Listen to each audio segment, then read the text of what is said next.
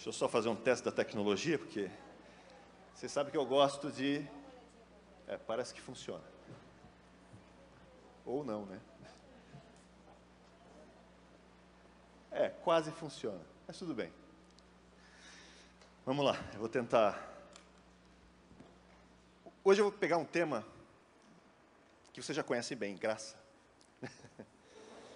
E aí você pergunta, mas Dionei, o que mais tem para falar sobre a graça? Nós já conhecemos a graça de Deus de todas as formas, de frente e verso, nós soletramos, de olhos fechados. Mas eu vou te mostrar que existem aspectos da graça que você nem tinha noção que existiam. Que quando você lê a Bíblia, existe uma harmonia e uma profundidade nessas questões que vai muito além, às vezes, do que você imagina.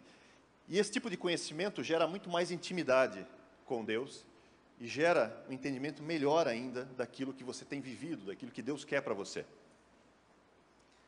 E até para você entender os propósitos do Senhor na sua vida. Existe uma tradição rabínica, eles costumam dizer que cada texto que você lê da Bíblia tem pelo menos 70 camadas diferentes de interpretação, de níveis de profundidade. Eu vou trazer uma delas só sobre a palavrinha graça, num aspecto que você provavelmente não viu ainda. E aí, claro, para explicar isso, eu vou ter que entrar em alguns detalhes nos textos. Textos esses que talvez você já conheça. Por exemplo, Isaías 59 fala, vestiu-se de justiça como de uma couraça, pôs o capacete da salvação na cabeça, pôs sobre si a vestidura de vingança e se cobriu de zelo como de um manto. Está falando aqui, Isaías 59, fala do texto do Messias, da sua vinda. E profeticamente dizendo que ele vem vestido de justiça e coloca também o capacete de salvação. Essa questão do capacete de salvação você conhece também lá de Efésios, a armadura de Deus. Que tomai também o capacete da salvação e a espada do Espírito, que é a palavra de Deus. Mas você nunca se questionou assim, por que ele não fala capacete da verdade? Ou capacete da fé? Por que especificamente capacete da salvação? Por que nos dois textos ele fala dessa forma? Não podia ser diferente? Vou mostrar que existe uma harmonia nos textos, e isso tem um sentido muito profundo. Mas para explicar isso, eu vou ter que contar algumas coisinhas sobre o alfabeto hebraico, bem rapidinho, não vou entrar em detalhes, se não interessa, mas só para você entender. Isso aqui é o alfabeto hebraico. Aleph, Beit, Gimel, Dalet, até o Tav. São 22 letras. Você percebe que aqui em cima está o alfabeto moderno, atual, e embaixo, por exemplo, na época de Moisés, na época de Abraão, por exemplo, o alfabeto hebraico não era assim. Era baseado em pictogramas. Ou seja, quando eles escreviam, eles não escreviam nesse formato, eles escreviam com figurinhas. Figuras. Então, o Aleph, por exemplo, a cabeça de um boi. O Beit, aqui é como se fosse uma tenda. Você tem o Lamed, que é como um cajado de pastor. Você tem o Tav, por exemplo, que é a última letra, que é uma cruz. Então, cada uma delas tem um símbolo. E pictogramas contam o quê? Contam histórias. Isso é importante por quê? Porque cada letra que foi escrita no alfabeto hebraico, desde seus primórdios, foram baseados nesses pictogramas. Ou seja, cada palavra conta uma história. Ela não tem só um significado da sua própria palavra. A própria palavra, pelas letras, conta o que a palavra denota. Outra coisa interessante, que pouca gente sabe, por exemplo, cada letra tem um número. Só que uma coisa importante, quando Moisés escreveu, por exemplo, o Pentateuco, os números no hebraico não eram como são hoje. Hoje, cada letra é um número. Por exemplo, o Aleph vale 1, o Beit vale 2, o Gimel vale 3. Mas Moisés escreveu o Pentateuco cerca de 1.400, 1.500 anos antes de Cristo vir. Só que a atribuição dos números nas letras do hebraico só aconteceu por volta do ano 200 antes de Cristo. Ou seja, quando Moisés escreve, ele não tem nem noção de que aquelas letras vão receber um número posterior e vão ser usados como números. Ele não sabia disso. Então, tudo que ele escreve, e não só ele, como os profetas que vêm depois dele, que vão escrevendo os textos não têm noção disso. Mas cerca de 200 anos antes, mais ou menos, de Cristo, você começa a ter o quê? A atribuição de letras como números. Então, se você pegar um livro em hebraico e você olhar, as páginas não têm os nossos números, como nós conhecemos. Tem Aleph, Beit. Então, página 1 é Aleph, página 2 é Beit, página 3 é Gimel. São letras que foram atribuídas nessa época. E aí tem uma série de curiosidades. Aleph é a letra 1, é a letra que fala de Deus. O nome de Deus, várias vezes, começa com Aleph. Adonai, Elohim, né? Vários nomes começam com a letra 1. Ele é o primeiro. Ele está acima de todas as coisas. Ele é o Senhor de todas as coisas. Por isso que ele é o 1. Mas olha que coisa curiosa. O nome Yahvé, né? Yod, Rei, Vav, Rei, 10, 5, 6, 5, são o valor das letras aqui, vale 26 quando você soma. O nome Elohim, por exemplo, vale 86 quando você soma as letras. E o grego também tem, cada letra do grego também tem um valor. E o nome Jesus, em grego, Iesus, né? Iesus vale 888. Quando você pega essas letras desses nomes e soma, que valor você tem aqui? 1000. Lembra que uma vez, lá em Salmo 90, diz assim, porque para ti, Senhor, um dia é como 1000 anos. E 1000 anos, né? Pedro fala, 1000 anos é como um dia. Por isso que o Aleph, e Aleph se pronuncia assim, Aleph, mas Aleph, essa estrutura de texto aqui, ó, Aleph, só para você saber, no hebraico não existe vogais, são só consoantes. As vogais foram acrescentadas cerca de 1000 anos depois de Cristo. Então, às vezes, você tem o mesmo texto, você tem que saber pela forma, pela pronúncia, ou pelo contexto, para saber se aquilo se pronuncia como Aleph, por exemplo, ou Elef, ou Aluf. Tem várias formas. E, curiosamente, o Aleph, que se pronuncia assim, também, se você botar as vogais, se pronuncia Elef. Elef significa 1000. Aluf significa mestre. Então, você tem vários significados. Por isso que o Aleph tanto representa 1 como 1000. E 1000 é curioso, porque 1000 é um número que é o quê? 10 vezes 10 vezes 10. 10 ao cubo. 3 vezes 10. 3 te lembra alguma coisa? Um Deus se manifesta 3 vezes. E o 10 significa o quê? 10 fala de plenitude, lembra? Os 10 mandamentos. A plenitude da justiça. Tudo está relacionado. Tudo está concatenado. Mas eu não vou entrar nesse mérito, porque aqui tem muita coisa, eu não quero, só para você ter uma ideia disso aí. Porque Deus se revela de várias formas. Por exemplo, quem gosta de números aqui, como eu? Alguns poucos. Quem gosta de química? Tem químico aqui? Biologia? Humanas? Deus se revela para você das mais variadas formas. Você escolhe. Você pode escolher, por exemplo, química. A nossa composição, a nossa forma de vida é baseada em quê, gente? Nós temos uma forma de vida orgânica baseada em carbono, não é verdade? Qual é o número atômico do carbono? 6. Não sabe, quem lembra, né? 6. Em quanto tempo o mundo foi criado? 6 dias. Quando é que o homem foi criado? No dia 6. Por isso, a forma de vida que você é baseado num número de elemento químico em 6, que tem 6 prótons, 6 elétrons e 6 nêutrons. 6, 6, 6. Por isso que Apocalipse diz, olha, o número daquele que virá, calculem, é número de homem, que é 6, 6, 6. Está tudo relacionado. Se você gosta de física, por exemplo, como eu, né, por ter um livrinho, Hyperspace, Michio Kaku, você não vai saber quem é, mas você vai lembrar pela foto dele. Esse japonesinho aqui, muito simpático, do MIT. Se você ver algum documentário, geralmente sobre física ou algo do gênero, você vai lembrar e vai ver esse personagem. Ele é muito, né, altamente reconhecido no mundo acadêmico. E ele escreveu esse livro, Hiperespaço. E tem umas coisas curiosas. Na física hoje, por exemplo, para tentar entender como o universo foi criado, como ele funciona, existem hoje 2 teorias concorrentes, né? Não são as únicas, mas são as 2 mais conhecidas, que é o modelo padrão e a teoria das cordas, por exemplo. Não se preocupe que eu não vou dar aula de física, só para te dar uma ideia, tá? De como Deus se revela. São 2 teorias, essas 2 são meio que competem entre si para tentar chamar a teoria de tudo, que eles chamam, ou seja, tentar descobrir como tudo foi feito, como tudo se encaixa. Né? Colocar todas as fórmulas da física num pacotão só.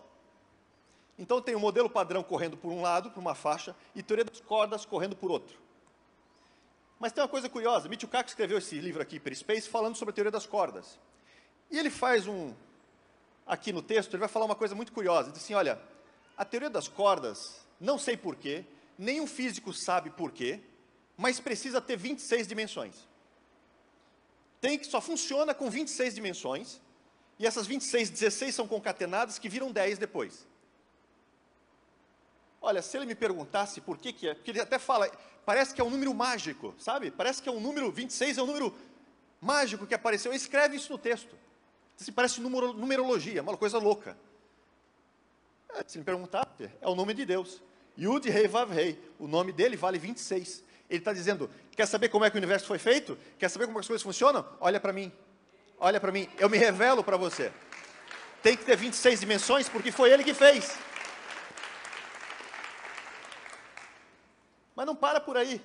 Lembra a teoria, a outra teoria, que é essa teoria das cordas, que ainda está de um lado. Lembra o modelo padrão? O modelo padrão só funciona se tiver 26 constantes fundamentais. Se eu tirar uma das constantes fundamentais, não funciona o modelo. Ou seja, o modelo só funciona se tiver 26. Olha o número mágico de novo. Por que as 26? Ninguém sabe explicar, mas tem que deixá-las ali, senão não funciona nada. Não é curioso, gente? Deus se revela das mais variadas formas. Eu não botei aqui, mas se você buscar o nome de Deus no DNA, a Record fez um programa sobre design inteligente uns tempos atrás, e nesse programa eles comentam que no seu DNA, né, alguns americanos pesquisadores fizeram uma avaliação da carga dos elementos químicos que compõem o seu DNA e descobriram que eles se adequam num padrão. E o padrão é 10, 5, 6, 5. 10, 5, 6, 5. Acaso? Deus assina a sua obra. Está tudo assinado, está tudo interligado.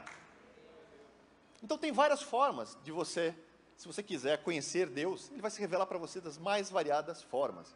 Seja química, seja física, seja matemática, seja biologia, seja humanas. Humanas, então, nem se fala. Quem conhece mais o ser humano do que o próprio Deus? É só você ler a Bíblia. Ninguém conhece o coração humano como Deus conhece. É o manual do fabricante, como diz o Silas. Né? Se quer saber como é que funciona o ser humano, leia. A psicologia, por exemplo, hoje, ela trata você como um ser dual. Corpo e alma, digamos assim. Né? O psique.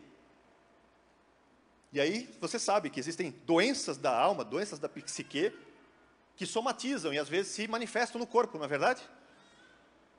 Só que tem um problema. A psicologia, pela sua visão, porque ela bota de lado a religião, ela não consegue tratar o ser humano como um todo. Porque o ser humano não é só psique e corpo. O ser humano é o quê? Espírito, alma e corpo. Como diz Paulo em Tessalonicenses. São 3 níveis. Se você não tratar os 3, você pode até tratar a psique, para resolver problemas da psique e do corpo, mas se você não tratar o espírito, não chega no problema. É curioso ter uma história de um rabino que foi orar por uma pessoa, a pessoa estava na UTI, estava de coma, e aí ele entra, ele fecha os olhos, ora, aí ele acorda da oração, digamos assim, e fala, pode medicá-lo agora. Aí o médico olha, mas espera aí, está em coma, de repente ele começa a pulsar. Pip, pip, pip, pip. E ele começa a voltar à consciência. Aí ele pergunta, mas o que você fez? Eu disse, olha, o problema dele é espiritual. O meu espírito falou com o espírito dele, para que ele se arrependesse dos pecados dele. Porque se ele não se arrepender, não vai trazer cura para o resto do corpo. Então, quando ele se arrependeu, já está resolvido. O problema na sua fonte foi resolvido. Ele se arrependeu. Então, a psique e o corpo é só uma consequência. Então, medica ele, pode tratar ele. Já vai ficar bom. É assim que funciona. Você sabe, tem problemas que só Deus cura. Só Deus. Não tem outra forma de você fazer isso. Muito bem. Mas o que tudo isso tem a ver com graça, Dionei? Então vamos lá. Vamos chegar onde eu quero. Graça em hebraico é essa palavrinha maluca ali, ó. Rein. Rein. 2 letrinhas. Het e nun. Tá? Essa é a palavrinha de graça. A primeira referência do termo hebraico conhecido como graça é esse aqui, ó, Gênesis 6, 8. Né? Esse textinho. Porém Noé achou graça diante do Senhor. O que é a situação de graça de Noé? O que ia acontecer na geração de Noé? Um dilúvio. Dilúvio é o que, gente? É um juízo. Deus ia aplicar juízo. Noé escapou do dilúvio por causa do quê? Da sua justiça? Não, por causa da graça. Ele encontrou favor, graça, a bondade, a misericórdia de Deus. E isso tirou ele do juízo. Na Bíblia, na regra, quando você estuda termos bíblicos, a primeira vez que aparece um termo na Bíblia, ele tem muito significado. E o primeiro termo é esse, né? Justamente o termo graça, numa situação de juízo, onde a graça vem trazer escape para o ser humano, escape para Noé. Né? E curiosamente, se você reparar, ó, o termo graça, a letrinha het aqui, o nun, e Noé, é invertido, é nun e het. Deus faz uma brincadeira aqui com as letras. Você só vai ver isso no hebraico, não tem como ver de outra forma. Ou seja, Noé, o nome Noé, é uma imagem invertida da graça. É como se ele pegasse a graça e colocasse no espelho. Ou seja, a graça olhando no espelho, ela vai ver o quê? A palavra Noé. E Noé significa o quê, gente? Noé significa descanso, consolo, conforto. Ou seja, graça espelha o quê? Descanso, consolo, conforto, repouso. E não existe verdadeiro descanso, nem repouso, nem consolo, se não tiver graça. Quem tem graça tem que descansar. E quem descansa de verdade é porque alcançou graça. Estão interligadas.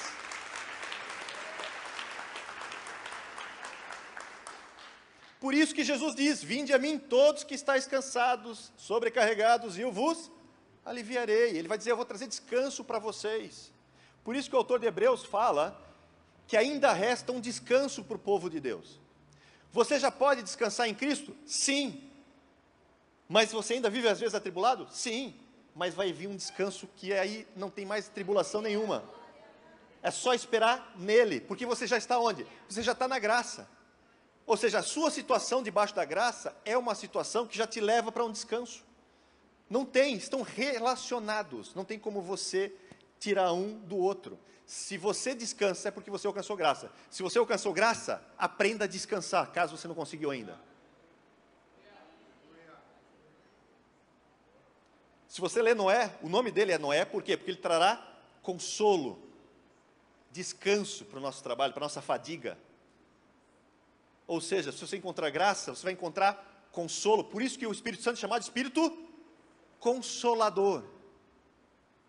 Você percebe como está tudo interrelacionado? Como há uma harmonia, como a Bíblia se revela não somente pelo que está escrito, mas pela forma como ela foi escrita. É muito mais intrincado do que você possa imaginar. A própria letra, a própria forma de escrita, os próprios valores das letras, tudo isso Deus colocou nos textos para se revelar para quem quiser buscá-lo, para entendê-lo. Lembra que eu falei que esse aqui é o hebraico moderno, e o hebraico antigo tinha aquela tabelinha lá, né, com aqueles pictogramas. Então, como é que era graça com os pictogramas? Graça com os pictogramas, a letra het é uma figura de uma cerca, como se fosse uma cerca, e a figura do nun é como se fosse o quê? Uma semente de vida. Ou seja, um apresenta uma cerca, uma divisão, uma proteção, e o outro representa o quê? Vida. O que é graça, então? Qual é a historinha que a palavra graça me conta? A palavra graça conta o seguinte, que graça é um local onde Deus proporciona proteção e provisão para a vida. Isso é graça no seu sentido mais intrínseco. Tudo que você vê, proteção e provisão, por quê? Porque Deus quis fazer o quê? Gente, Deus criou um universo. Para quê? Para que o universo tivesse vida. Então Ele cria um universo inteiro com um único intuito: fazer ter vidas, criar seres dentro desse universo. E não só humanos, anjos e tudo mais. Todos esses seres vão ser criados a partir de quem? Deus. Então Deus primeiro vai proporcionar um ambiente. Depois que o ambiente está pronto, Ele cria os seres. É assim que funciona. E por que Deus faz isso? Por que Deus criou um universo inteiro para colocar seres lá dentro? Por causa da sua graça. A graça diz isso. A graça é um local que Deus provisiona para que a vida floresça, cresça, se desenvolva. E Ele vai dar tudo o que a vida precisa para ela crescer e se desenvolver. Para que Deus possa se relacionar com essa vida. Por isso Ele cria um universo, pela sua bondade, pela sua graça. E é curioso, a partir da década de 80, mais ou menos 86, surgiu um termo na física chamado princípio antrópico. Isso foi uma balbúrdia. Sei que você pode não entender, mas princípio antrópico causou uma balbúrdia nessa época, na década de 80. Sabe por quê? Porque se descobriu que o universo, ele é perfeitamente sintonizado. Vou explicar isso para você. Alguém aqui quem faz tiro ao alvo aqui? Alguém faz tiro ao alvo? Se eu botar um alvo daqui, digamos, lá na parede, né? Dá uns 20 metros mais ou menos, talvez. E eu atirar, sou um bom atirador se acertar na mosca? Ainda mais eu, que não tenho treinamento. E se eu botar a 1 quilômetro de distância? Aí eu já sou um sniper. Não é verdade? E se eu botar a 20 trilhões de quilômetros, e eu ainda atirar, digamos que fosse até lá, né? E se eu atirasse e ainda acertasse na mosca? O que eu seria? Só Deus para fazer um negócio desse. O universo é tão bem sintonizado que a probabilidade dele ter surgido ao acaso é exatamente essa que eu falei para você. É tão louco, é uma coisa assim, é como se, imagina um ferro velho, e aí imagina aqueles tornados americanos, você vê, né? Aqueles tornados tal, passando no ferro velho, e depois que ele passar, surge um Boeing 747 novinho, inteiro. Qual é a probabilidade disso acontecer? Vou dificultar ainda, com o programa todo de software rodando.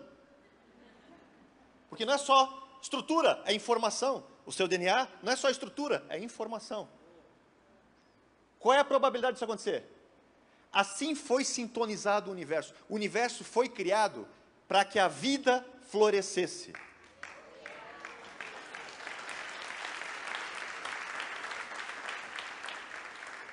E como Deus prepara tudo antes, assim como Ele prepara a estrutura do universo, depois Ele prepara o quê?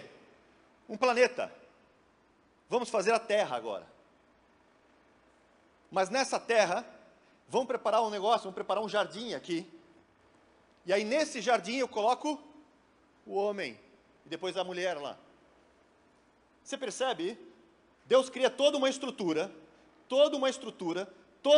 que Ele monta, que Ele cria, para que a vida seja colocada lá dentro e floresça, cresça. Ou seja, tudo que Deus faz onde tem vida, tem graça. Você come para se alimentar, é graça de Deus. Você tem trabalho para poder ganhar dinheiro, para poder fazer suas coisas, é graça de Deus. Você anda, é graça de Deus. Você se locomove, tem um carro, é graça de Deus. Tudo o que acontece, onde a vida continua e floresce, é graça. É Deus deixando para você um sinal da sua graça, da sua bondade, da sua misericórdia. Sempre. Mas o que aconteceu no jardim, gente? Deu ruim, né? Aconteceu uma desgraça, como diz. Foi uma desgraça. Literalmente é isso. Deus preparou um lugar e Deus disse: eu vou te dar tudo o que você precisa para viver, florescer, só basta você se relacionar comigo. Você vai viver no meu descanso, na minha graça. Só me obedeça. O que nós fizemos? E eu digo nós, porque se eu tivesse no lugar de Adão, provavelmente eu faria, né? Eu acho que a diferença seria entre nós e Adão em quanto tempo eles vão conseguir. Vamos ver se ele bate o recorde de Adão. Eu bateria, provavelmente. Não sou melhor do que Adão. E acredito que nenhum de nós é. Tanto que Deus encerrou todos debaixo do pecado, para ter misericórdia de todos. Então não adianta chegar lá e depois culpar Adão, dizer, Adão, te pegar, hein? Porque, na verdade, se você saber quem você é, você dizia, talvez eu fosse muito pior. Nem precisasse da serpente. Para pensar. Nós saímos da graça de Deus. Nós dissemos, Deus, eu não preciso viver daquilo que Tu nos dá, nos provisiona. Não quero. Eu vou viver por mim mesmo. Eu mesmo vou me dar graça. Ah, é? Vamos ver até onde você vai. Aonde você vai com a sua própria força? A lugar nenhum. Você morre. Por isso que depois da desobediência de Adão vem o quê? A morte. Por quê? Porque você saiu do local da graça. Do ambiente de graça. O ambiente de graça traz vida. Mas o ambiente fora da graça traz o quê? Morte. É isso que aconteceu. E agora precisa de uma salvação, de uma solução para o problema. Agora vamos começar a falar disso um pouco mais. Deixa eu ver se funciona. Agora foi. Qual é a salvação? Quem é a salvação? Jesus. Jesus é a nossa salvação, não é? Por meio dele alcançamos novamente graça, não é isso? A graça e a verdade vieram por meio de Cristo. Nós estamos hoje, né, vamos participar da ceia para comemorar o quê? Justamente todo esse processo da morte e ressurreição de Cristo, que nos trouxe o quê? De volta para debaixo da graça. Nos trouxe o quê? Da morte para a vida. E olha só, levaram Jesus para o Gólgota, que quer dizer lugar da caveira. Né? Jesus foi crucificado em um lugar específico. É interessante o texto. Por que ele fala Gólgota, né? Que é uma palavra aramaica, Gólgota, traduzido como caveira, cabeça, crânio. Também fala, existe uma tradição que fala que é, na verdade, a caveira de Golias, que foi colocada ali, porque é Golias de Gate, Gólgota. Tá? Mas isso não vou entrar no mérito, que não é o caso. Que alguns acreditam, lembra que Davi corta a cabeça de Golias e guarda a cabeça. Alguns acreditam que Davi levou e enterrou a cabeça no Gólgota, por isso que o nome recebeu o local da caveira. Apesar que, na verdade, se você olhar pela figura, né, talvez você não veja bem, aqui é uma imagem mais ou menos de uma parte do Gólgota, né, do Monte da Caveira. Se você reparar bem, você vai ver que tem uma projeção de uma caveira. Mas por que Jesus teve que ser crucificado no local da caveira? O que isso tem a ver com a crucificação? Tem tudo a ver, vou mostrar para você. Lembra que Deus estava em Cristo, reconciliando consigo o mundo, não imputando aos homens as suas transgressões, e nos confiou a palavra da reconciliação. E aquele que não conheceu o pecado, ele o fez pecado por nós, para que nele, em Cristo, fôssemos feitos justiça de Deus. Está falando o quê? Da reconciliação. Fomos reconciliados com Deus por meio de Cristo. Lembra? Nós saímos da graça, então precisa haver alguma coisa que traga a graça de volta para a vida da humanidade, para que restaure aquela graça que foi, de certa forma, perdida em seus aspectos. Então esse evento é justamente a cruz. A cruz é o evento onde a graça é trazida na sua plenitude, e agora é graça sobre graça. A gente vai ver isso por quê. Muito bem. Lembra das letrinhas, né? Graça, het, né? Het é a 8ª letra, num é a 14ª letra. Né? Então, het é a 8ª letra, num é a 14ª letra. 8 mais 14, 22. Mas, Johnny, por que isso? O que isso significa? Lembra, isso aqui é a estrutura matemática da ordem das letras da palavra Graça. Lembra que Deus, nada, gente, nada do que está nos textos da Bíblia é por acaso. Nada. Você vai ver, nada. Tudo tem um significado. Lembra que 22, a 22ª letra do alfabeto hebraico é o quê? É o Tav. E Tav simbolizava antes o quê? Uma cruz. Você já está vendo que a graça aqui aponta para cruz. Já percebe isso? É interessante como Deus usa tudo para nos ensinar. Quer ver um exemplo? Quem gosta de anatomia aqui? Né? Tem algum enfermeiro, médico, biólogo, sei lá? Quem gosta de anatomia? Quantos ossos tem no braço, quantos ossos tem na perna? Quer ver uma coisa? Por que Jesus começa o seu ministério somente aos 30 anos? Afinal, aos 12, ele já não estava dando aula lá para os rabinos? Então, aos 18, ele já era um monstro, né, digamos assim, de conhecimento. Aos 20 e poucos, então, nossa. Mas por que só aos 30? Por que ele não começa antes? Porque existe um texto bíblico que fala dos gersonitas, por exemplo, né, que eles só começam o seu ministério com que idade? 30 anos. Porque somente aos 30 anos, a pessoa é considerada madura em mãos e caminhar. Não por acaso, o braço tem 30 ossos e a perna tem 30 ossos. É como se Deus dissesse, você só é maduro quando chegar aos 30. Aí tuas obras já são maduras e teu andar já pode ser maduro. É só você contar aqui o número de ossos da falange, tá? E vai. Depois você se diverte com isso. Mas por que eu estou falando isso? Por causa disso aqui. Quantos ossos tem um crânio? Lembra? O lugar da caveira. Um crânio tem quantos ossos, gente? São 2 grupos. Os ossos da face e os ossos da cabeça. Existem os auditivos, né? São 6 ossos auditivos, mas é parte do ouvido. Mas do crânio mesmo, são 2 grupos. E esses 2 grupos se dividem em 14 e 8. Soa um sinal aí para você? Ou seja, essa é a imagem da graça na sua completude. Graça é isso aqui, ó. É uma caveira sendo colocada sobre ela o quê? Uma cruz. Essa é a graça. Por isso Jesus é colocado aonde? Crucificado aonde? No Monte da Caveira, como se Deus dissesse, né? Olha, para deixar tudo bem harmonizado, bem bonitinho, lá vai ter uma caveira.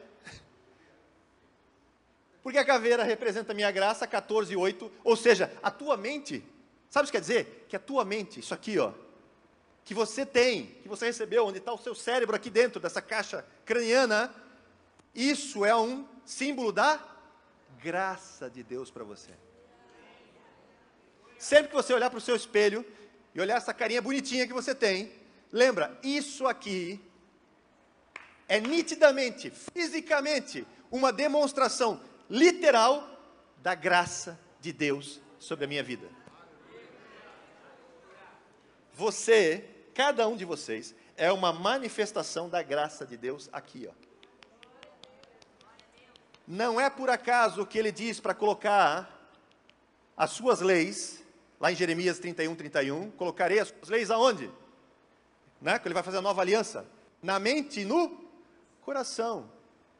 Lembra? Na mente. Está tudo relacionado. Aí você entende, agora você consegue entender. Por que Jesus tem que morrer no local chamado caveira? Por que eu tenho naquele monte uma cruz em cima? Literalmente, né? E por que esses textos de Isaías e de Efésios? Por que ele diz que veste o quê? O capacete da salvação. Por que na armadura de Deus você tem que usar o quê? A capacete da salvação. Por quê? Qual é o sinal da salvação, gente? A cruz de Cristo. A graça. Lembra? O crânio, a sua mente, essa caixa craniana, onde está o seu cérebro e toda a sua beleza dos seus olhos e ouvidos, né, boca, tudo mais que está aqui, que é um símbolo da graça de Deus, ele só vai ser completo se você tiver nele o símbolo da cruz. Sem a cruz, em você, não tem salvação. Quer ver um texto interessante? Ezequiel 9. Ezequiel 9 vai falar sobre isso. Leia o texto comigo, olha que coisa curiosa esse texto. Só para você entender o texto é o seguinte: Deus vai trazer juízo sobre Jerusalém. Lembra, Noé estava numa situação de juízo. Vinha o dilúvio, e Noé acha graça e é tirado do juízo. Não tem mais juízo para Noé. Noé escapa. Não é verdade? Bem, aqui, Ezequiel 9, Deus vai trazer juízo sobre Jerusalém, e ele diz que vai começar pela sua casa, pelos seus. E aí ele manda 7 figuras, na verdade, são 6, armados, e o 7º vem com uma caneta. E os outros 6 armados, dizem, os armados esperem um pouquinho, que o rapaz da caneta vai pegar as pessoas que temem o meu nome, aqueles que se condoem pelas, que estão se doendo pelas maldades que são feitas, aqueles que têm o meu sinal. Ele vai pegar esses e vai marcar onde? Na testa deles com um sinal. Sinal ali no hebraico está com um tav. O que é o tav, lembra? Tav é a última letra do hebraico. Tav simboliza o quê? Cruz. É como se dissesse, ele vai pegar e vai marcar cada um deles com uma cruz. E sobre esses que têm a marca, esses escapam do juízo. Isso aqui é um eco de Apocalipse, quando fala dos selados. Ou seja, a graça em você só é completa se tiver a cruz. Sem a cruz, sem Cristo, não tem graça. Simples assim.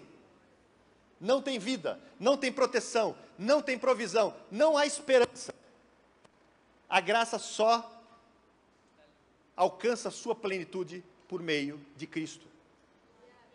E Deus fez questão de deixar isso literalmente no hebraico para você entender.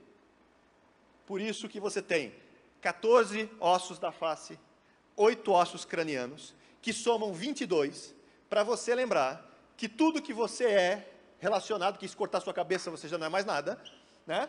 Que tudo que você é está relacionado à graça de Deus. E ela só vai ficar completa se tiver a cruz. Sem a cruz, não tem jeito.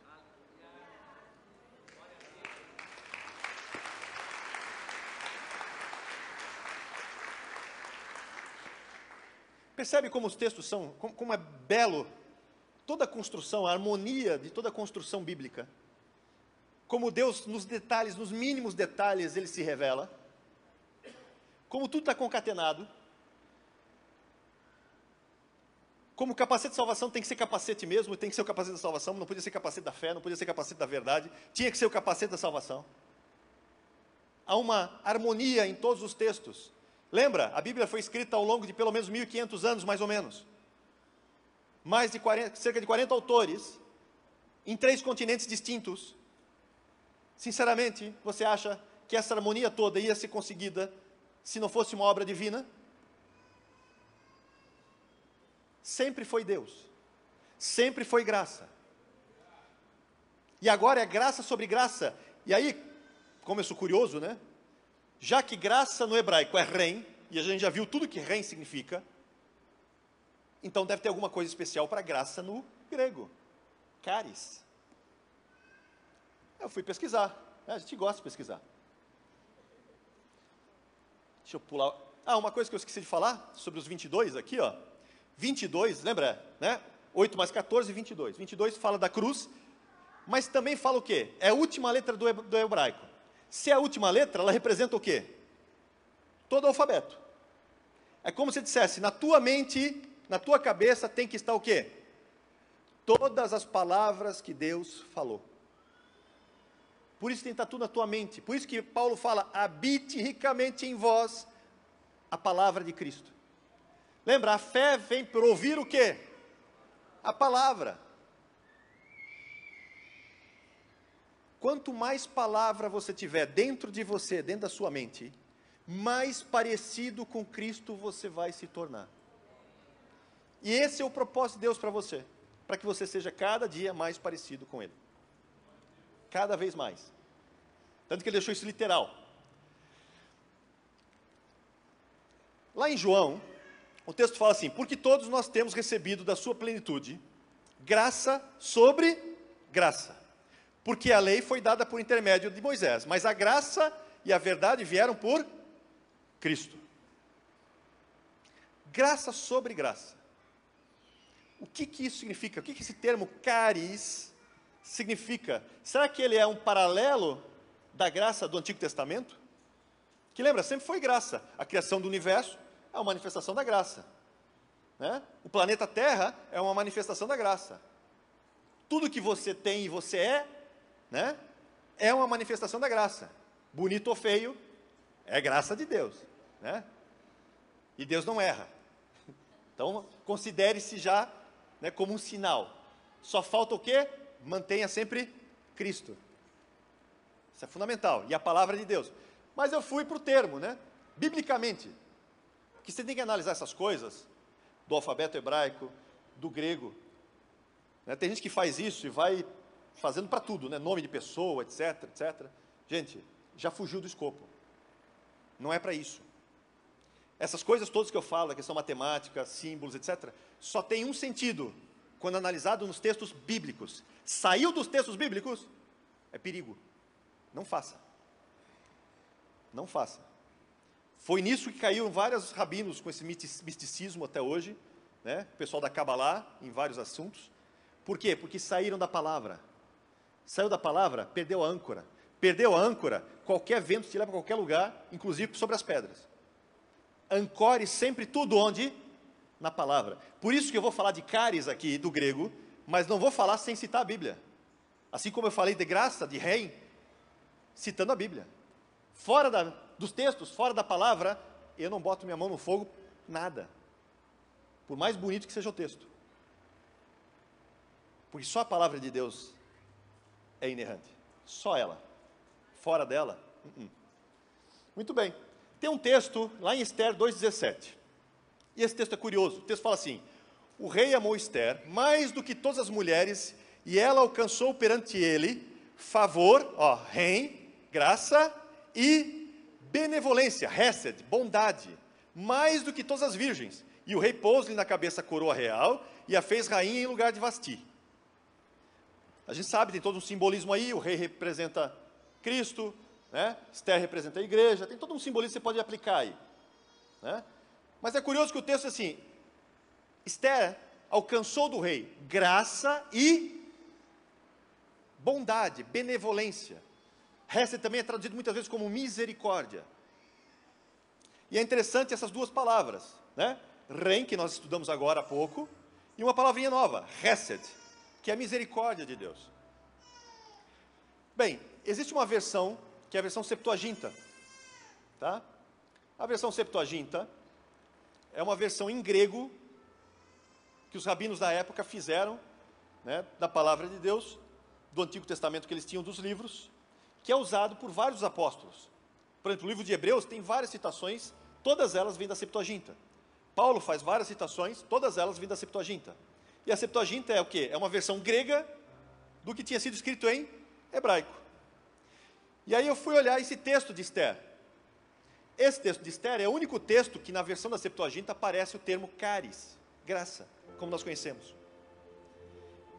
E o curioso dessa tradução é que nesse texto eles traduziram dessa forma: Esther encontrou caris, graça, diante do rei.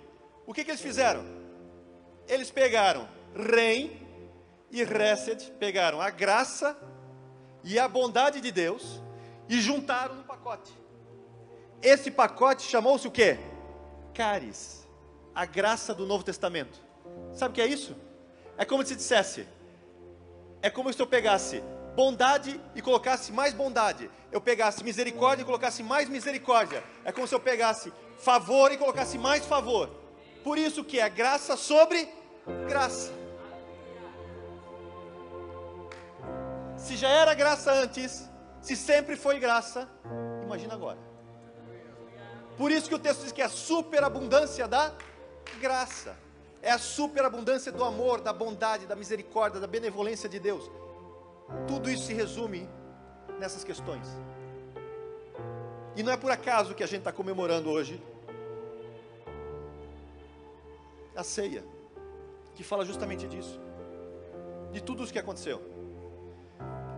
Tudo que a gente viu hoje aqui, que vocês viram num nível um pouco diferente, um pouco maior, mostra o quê? Mostra o cuidado, o zelo que Deus tem com você. Ele criou um universo inteiro para criar a humanidade lá dentro. E colocou de uma forma tal que não tivesse mudanças abruptas, mas tudo é devidamente controlado. Ele faz um planeta com o ambiente controlado. E o ambiente antes da queda do homem, provavelmente era muito melhor do que atual, porque não tem nem espinho. Vai andar na mata hoje descalço para você ver, né? Espinhos e abrolhos direto. Mas isso é depois da queda. É um sinal do quê? Da saída da graça. Não quis mais viver sob a graça de Deus. Mas Deus não desiste. Eu costumo dizer, Adão e Eva, no paraíso, conheceram aquilo que Deus chamou de muito bom. Não é isso que ele diz lá? E viu Deus que era muito bom. Mas vamos ser sinceros, você conhece Deus, não conhece? Você acha que Deus gosta só do muito bom? Afinal, Deus é o quê? Deus é perfeito. Então Deus disse assim, não, é muito bom, mas eles não sabem ainda. Mas eu guardei o perfeito para eles. Lá no paraíso, Adão e Eva conheceram muito bom. Mas em Cristo, você vai viver o que é perfeito. E você hoje está aqui para isso, para comemorar isso que Ele fez por você. Essa perfeição já alcançou hoje você? Sim. Na sua plenitude? Não ainda, porque você ainda vive em intempéries. Você ainda vive tribulações. Mas gente, é por um tempo. Já foi lá na cruz, o capacete da salvação já foi colocado lá. Lembra? Ele vestiu o capacete de salvação. Para quê? Para livrar os dele, que somos nós, você, todo mundo foi chamado para isso. Todo mundo que tem uma cabeça é chamado para conhecer a graça na sua plenitude. E a graça na sua plenitude tem que ter o quê? A cruz de Cristo. Todos nós fomos chamados para isso, você também. Então hoje, quando você tomar a ceia, lembra bem disso. Até porque, quando você comer o pão, e quando você beber o cálice, lembra, está tudo entrando por onde? Pela graça.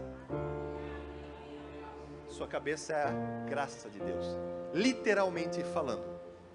E se você tiver em dúvida, depois pega um médico, alguém de anatomia, e pergunta quantos ossos tem na face e quantos da caixa craniana, né? E aí você vai saber. Reino, a graça te alcançou. A igreja de pé, por favor.